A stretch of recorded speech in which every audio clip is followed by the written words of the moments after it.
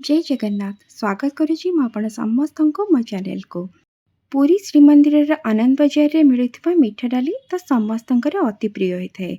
तो आज मु से डाली रेसिपी आपण मानक सहित शेयर करने को जाऊँगी।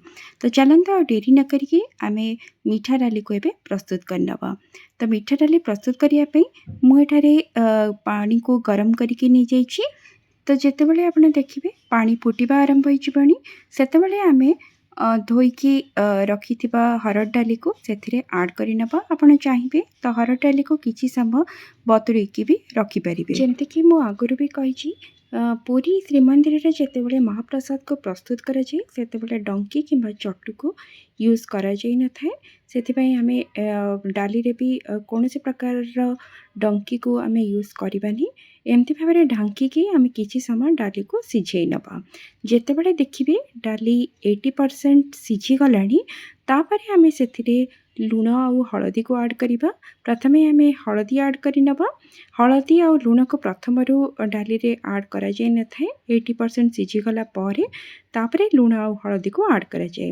हेले लुण जो ऐड करा जाय से लुण गोटा लुण को ही ऐड करा जाय। कौन से प्रकार आयोडाइज सॉल्ट किंबा रॉक सॉल्ट को ऐड करा जाय न थाए। किछि अदा कोरा को भी ऐड करि नबा।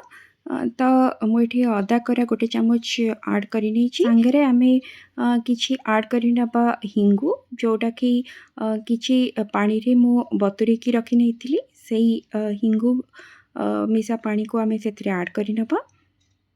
श्रीमंदिर रे कौनसी खाद्य को फुटा जाई न थाए सेथिपई सब किछि एमती भाबरे डाली रे डायरेक्ट ही ऐड करा जाय थाए। तो हिंगो को ऐड करि सारिबा परे आमे पुणी थरे ढांकी के ताको आउ किछि समय पई सिझेगा को छाड़ी नबा। जेतेबेले देखिबे डाली पूरा सिझी गलानी माने 90% सिझी गलानी सेतेबेले आपण सेथिरे गुड़ को ऐड करिवे। आपणको जेतिकी मीठा पसंद से अनुसार आपण सेथिरे गुड़ को ऐड करि नेबे। आ गुड़ को ऐड करि सारिबा परे आमे ताको आउ किछि समय सिझेई नबा। सिझेई सारिबा परे आपण देखि पारुथिबे एठी डाली पूरा सिझी गलानी। जेतेबेले देखिबे डाली पूरा मात्रा रे सिझी गलानी माने 100% कुक हे गलानी सेतेबेले आमे सेथिरे ऐड करि नबा गोटा जीरा को एमति भाबरे कंचा ही ता भितरे ऐड करा जाय थाए। जीरा को फुटा जाए न थाए एभली भाबरे कंचा जीरा को आमे सेथिरे ऐड करि नबा। तापरे आमे सेथिरे ता ऊपरे किछि गुआ घियो को ऐड करि नबा। घियो एथिरे टिके अधिका मात्रा रे पड़ी थाए। केवल गाई घियो को ही यूज करिवे। सेथिरे मइंसी किंबा डालडा घियो को यूज करा जाय न थाए। तापरे घियो को ऐड करि सारिबा परे आमे ताको 1 रु 2 मिनिट पर्यंत सिझिबा पई छाड़ी नबा। तापरे हमर डाली एबे प्रस्तुत हो गला। तो देखि पारुथिबे आपण हमर मीठा डाली एबे प्रस्तुत हो गलानी। तो ये भाव में आपण घरे मीठा डाली को बहुत सहज उपाय प्रस्तुत करें आउ भोग भी लगे पारे। वीडियो जदि भल लगे ताल ताको लाइक और शेयर निश्चय करदेवे।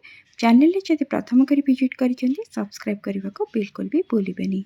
रहुची पुणी देखा गोटे नुआ वीडियो रे। जय जगन्नाथ।